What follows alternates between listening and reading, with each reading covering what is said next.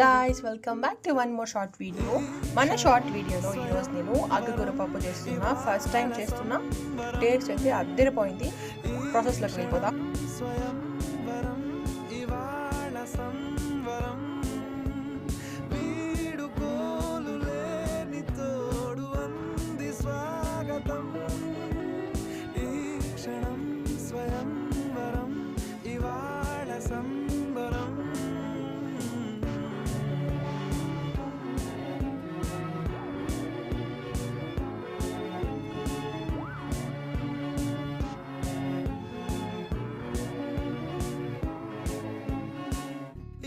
నింగిలోని తార తళుక్కు మంది ఎదురుగారా వయస్సు తీరికుండదారా hi hi hi సొగస్సు పంచుతున్న